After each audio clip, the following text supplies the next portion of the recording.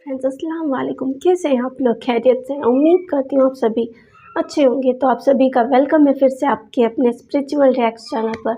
और आज आप सभी के सामने फिर से हाजिर हूँ एक नई वीडियो के साथ, और ये वीडियो काफ़ी इंटरेस्टिंग होने वाली है guys.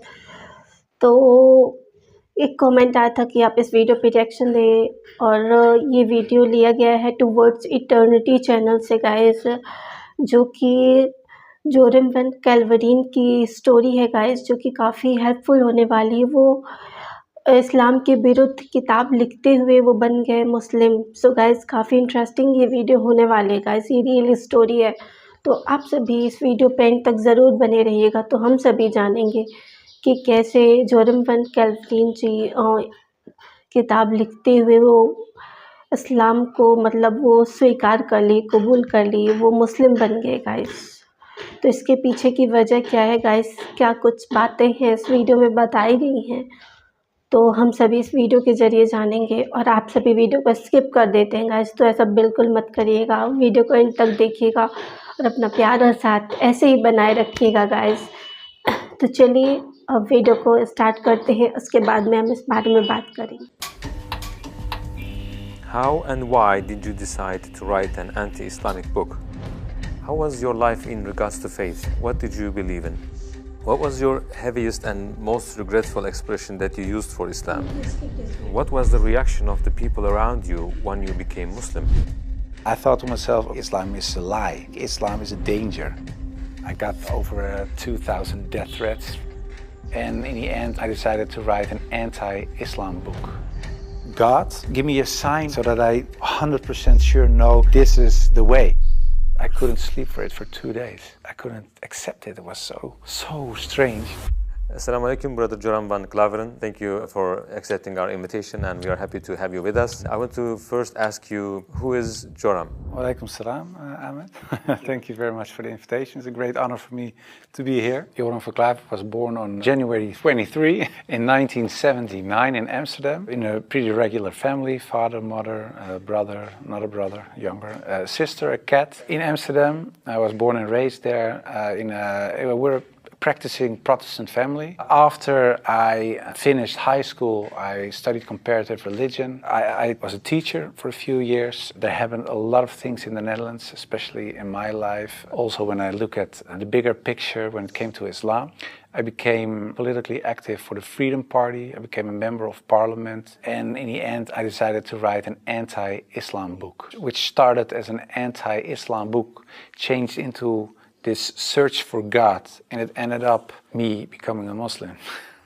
How was your life in regards to faith? What did you believe in? Before I was a Muslim, I was a Protestant Christian from the Reformed Church. We read from the Bible, we all got biblical names, we were all baptized, we went to church, etc., etc. So we're pretty Christian in that way, in that sense. Of course, I believed that there is a creator, I believed in heaven, hell, I believed in angels, revelations, and of course what separates the Christians from the Muslims is that I believe that Jesus Christ was the Son of God. Yeah, in a more philosophical way, I believed he was God himself, of course. I believed in the resurrection and crucifixion of Christ, of course. And I believed in the atonement. But because the Trinity is a very complex concept, whether you believe it or not, it's still very complex. Because if there is a God in the Bible, it says God is eternal. But if you are eternal and you die, you cannot be eternal, immortal at the same time. So that was something when I was a little older, 16, 17, I started questioning things like that. It's not very logical. I talked to many priests, preachers, even rabbis, and the answers I got weren't very satisfying. That made it for me kind of complex, and in the end I had some doubts about stuff like this, but I said, well, I set it aside and I thought, okay, I just believe it, and perhaps I'm not smart enough to get the whole picture. And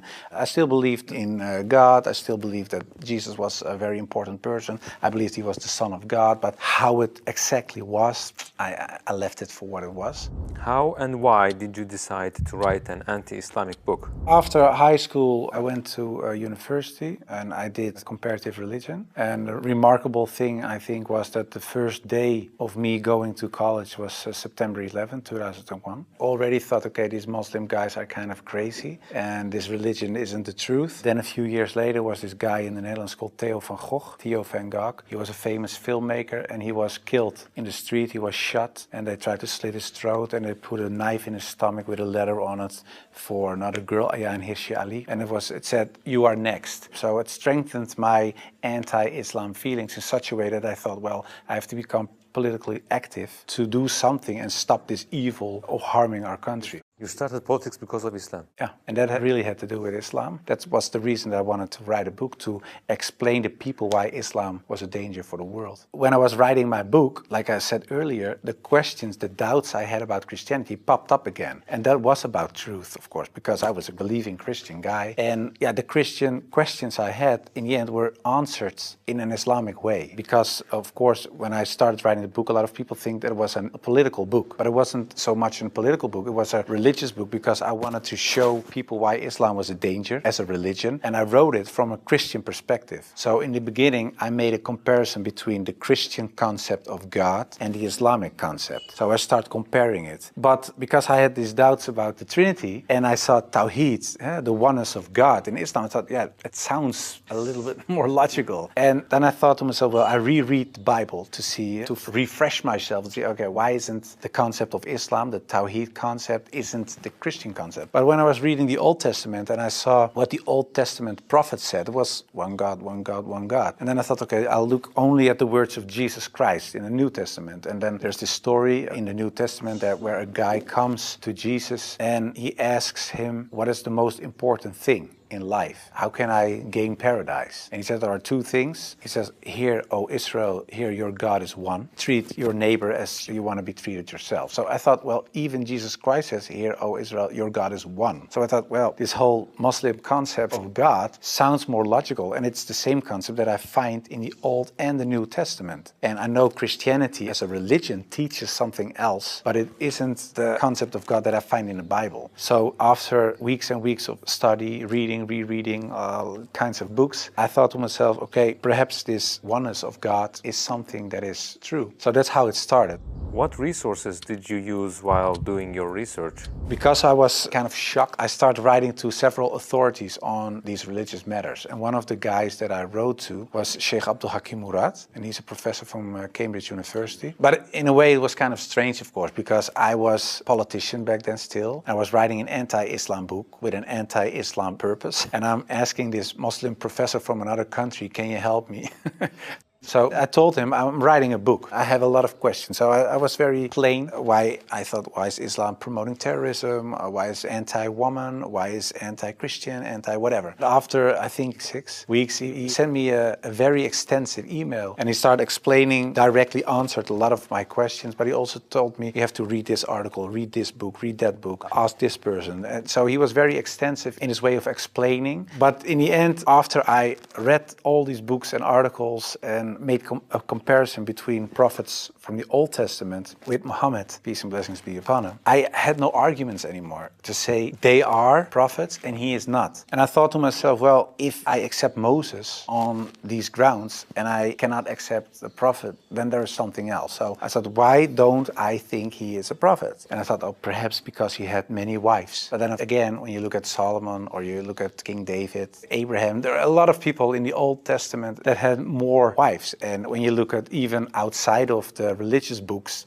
culturally in Europe, in Africa, Asia, everywhere, there were men with several wives for several reasons. So I thought to myself, well, that cannot be a reason either. So one by one, all these reasons fell. And then in the end, I thought, well, I have to say all of them are not prophets. But I didn't believe that, because I thought, well, the things they did, they said, the miracles that happened, etc., they were confirmed in what they said and what they did. So they are. And then I said, well, then I have to accept that Prophet Muhammad perhaps is a prophet too. So I was doubting it. So first I thought, well, it's the most evil person I know because of the history. Then I said, well, perhaps it's not that evil, but he's not a prophet. And in the end, I started doubting, perhaps he is a prophet. Yeah, that took, of course, me reading a lot of books again. And the one thing that I think was very wise of Abdul Hakim Murad to say was, he said, well, the books you read about with the anti-Islam arguments are written by non-Muslims. He said, if you want to know more about Christianity, you don't read books from atheists. You start reading the books from the Christians. Why do they believe this? What are the arguments? So he said, you have to do the same with Islam. So start reading Islamic books from Islamic teachers, from Islamic scholars, etc. And then you can see, if you compare the books on the same topic of people who are Muslim and wrote those books and non-Muslim, you can see where they took the wrong turn, where they translated words in the wrong way, sometimes perhaps even not on purpose, but just because they didn't know, where things are added, where things left out of it. So, and in the end, you see there's this other religion almost created because of all these things. And that's what I did. And that's what I also did with the life of the Prophet, because I read a book from Martin Links, The Life of the Prophet, based on the earliest source of Muhammad. And it was written, of course, by a convert. And his way of reasoning, his way of telling, his way of writing appealed to me because it's culturally the same thing. How do I approach a certain topic, etc. And it was the first time that I saw him not so much as a warlord, because that's the picture I had in my mind, but I saw him as a father, and I saw him as a friend and a teacher, and so much more. And so, yeah, I saw the person and his character, and I said, well, I can say a lot, but I cannot say that this is not a good man. So his character persuaded me to read more and to want to know more.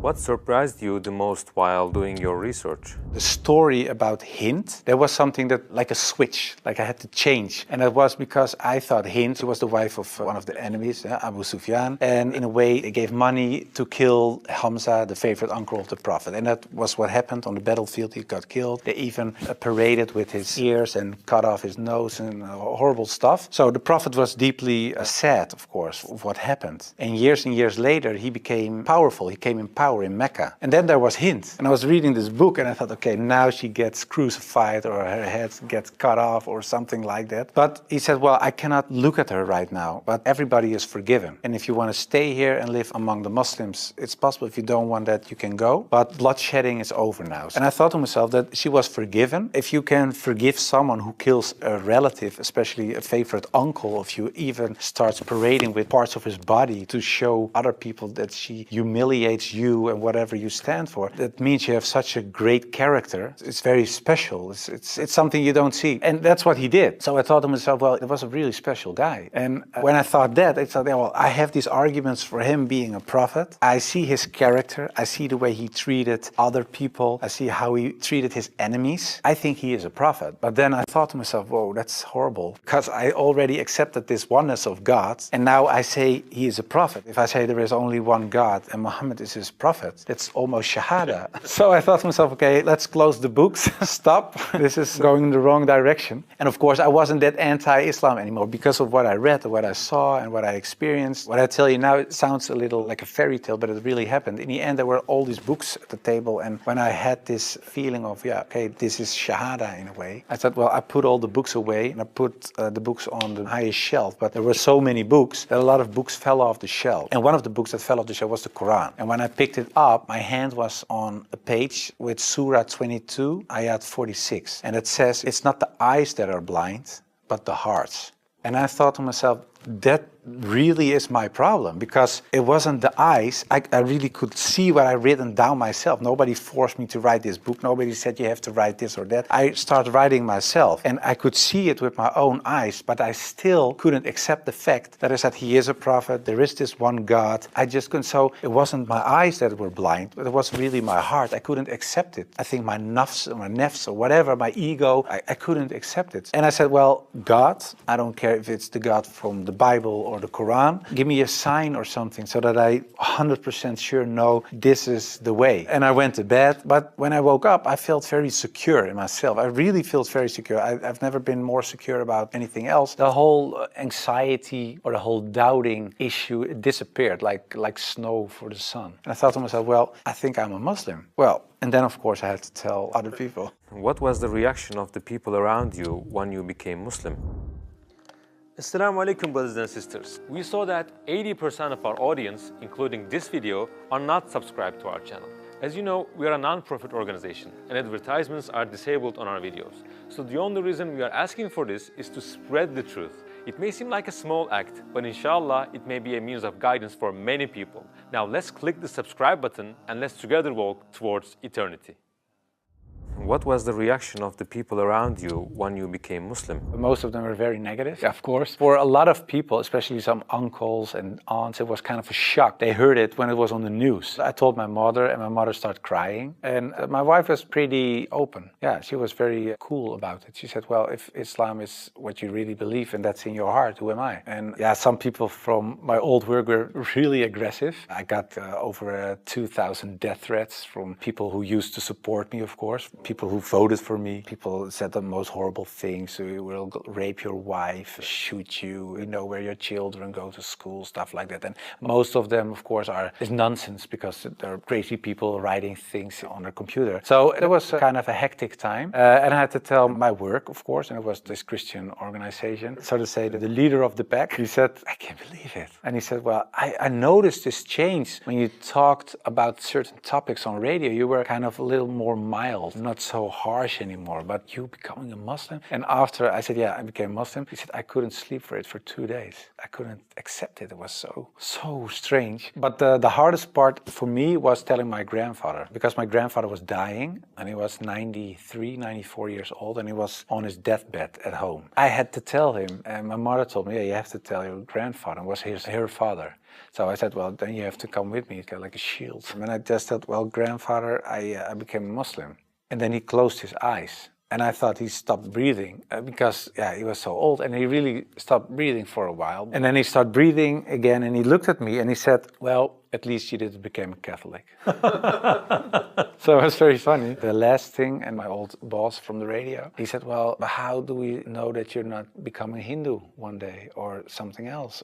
And I told him, well, I never chose a religion. One time, and it was when I became a Muslim. Before that, I didn't choose my religion. I was born in a Christian family. I was raised in a Christian way. And I'm very grateful for all the good things that it brought me. But it was not my decision. And the only time I made a decision was me becoming a Muslim. And it was the most, like I said, I think the most important decision I made. And it was the most rational decision I made. I never took years and years to decide one thing, only becoming a Muslim. How did you feel when you made your first salah? It's, of course, a beautiful moment, but very strange as well. Because as a Christian, you're not used to pray like that. You pray with your hands together and perhaps on your knees in front of your bed or something. But I think it's very beautiful that you really prostrate. So you really bow down in the deepest way for your Lord. So that's a very humbling, beautiful thing, I think. And that, yeah, it made me feel very happy. What were the 3 biggest challenges you faced when you converted to Islam? Well, becoming a Muslim, of course, was a big challenge because I had to tell the world and family, and that was a big challenge. The part of thinking that it would be very hard to become a Muslim because, especially as a Protestant Christian, there aren't so many things you have to do in a religious sense. As a Muslim, in terms of practice, so it is required to pray 5 times a day. It's required to eat in a certain way. It is required to think in a certain way. You have to be the best in a way every moment because of your relation with your Creator and because of the fact that you have to pray 5 times a day. It's a constant reminder in a way of the Creator. So that makes you much more aware of the fact that you have a Lord than as a Christian. That's how I experienced it. And I thought to myself, whoa, 5 times a day praying, I cannot do this, I cannot do that, I have to do. So that made it hard in the head. But after I became Muslim, it wasn't hard at all. Are you raising your kids as Muslims? Well, you try, of course. I don't know, when you're really raised as a Muslim, I think it's a very difficult job, especially in these times. Of course, when I married, I wasn't a Muslim. You promise in a way that you raise your children as Christians. So after I became Muslim, I'm not raising my children as Christians, of course. If the kids have questions about Christianity, they ask my wife, they get Christian answers. And if they come to me, they get Islamic answers. But most of the time, they ask your father. And my wife cooks halal for everybody, so that's very sweet. She says, well, I'm not going to cook 5 meals, so everybody eats the same. You want halal, everybody eats halal. So in a way, it's like an organic process. What was your heaviest and most regretful expression that you used for Islam? I think Islam is a lie, because that's something I used to say. Islam is a lie, the Quran is poison. But when I said Islam is a lie, that's the whole religion and everything that comes with it. So that's like the highest level of jahiliyyah in a way. Yeah, that's something I regret, because it was like an umbrella and everything else was under this concept of Islam is a lie, because that was the core thought. And of course I do blame myself, and I know there are a lot of people out there not practicing Muslims that do so. And in a way I understand it, because in a political sense and in a social cultural sense, everything is said and done is still there. I sometimes even hear arguments from people in my old party that I offended in a way. Yeah, that's something that bothers me, and that's one of the reasons that we founded an organization. It's called the IXC, Islam Experience Center, and we go to schools, primary school, high school, college, universities, but also to departments of the government, other social organizations, churches, to take away misconceptions about Islam, to share the message, to show Islam in its true colors. And we do it by virtual reality with the glasses, so it's a very fun experience as well. And we try to erase in a way the things I said and done in the past. How should people research about Islam? Do you advise just searching at Google? No, I would certainly not advise Google. It's the last thing I would advise. I said shut down the computer. No, I think it's very important that people read books, real books with pages and stuff. I would recommend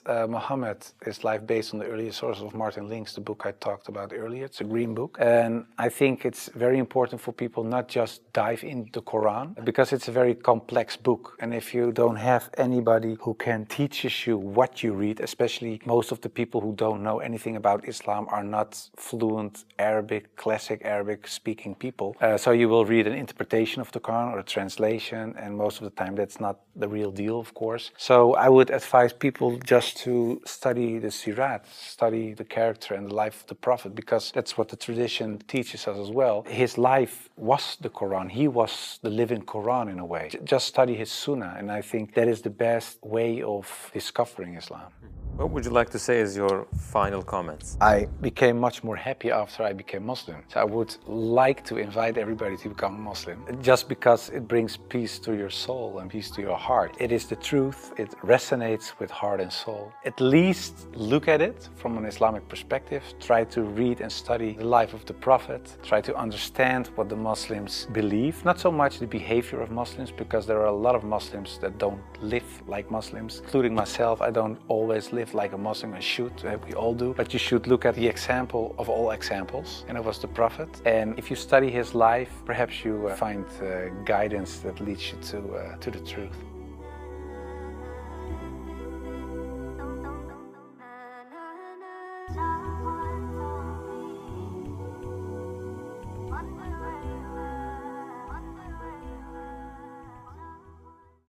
काफ़ी प्रसन्नता हुई ये video देखने के बाद, काफ़ी ज़्यादा अच्छा लगा गाइस। जोरम वैन क्लैवेरन पहले वो राजनेता रह चुके हैं, और वो एंटी इस्लामिक बुक लिखते हुए उन्होंने इस्लाम कबूल किया। वो पहले सीखते रहे इस्लाम को, बिल्कुल अच्छा नहीं सोचते थे, उनके ख़िलाफ़ थे इस्लाम के। और जब उन्होंने कुरान की तिलावत की, उन्होंने एंटी इस्लामिक बुक लिखना शुरू किया 2017 में, और उसके बाद उन्होंने सीखते हुए 2018 में इस्लाम को कबूल किया। उन्होंने ज्ञान प्राप्त किए, उन्होंने समझा कि क्या सच है, एक गॉड का कॉन्सेप्ट उन्होंने समझा कि क्या सच है क्या नहीं है।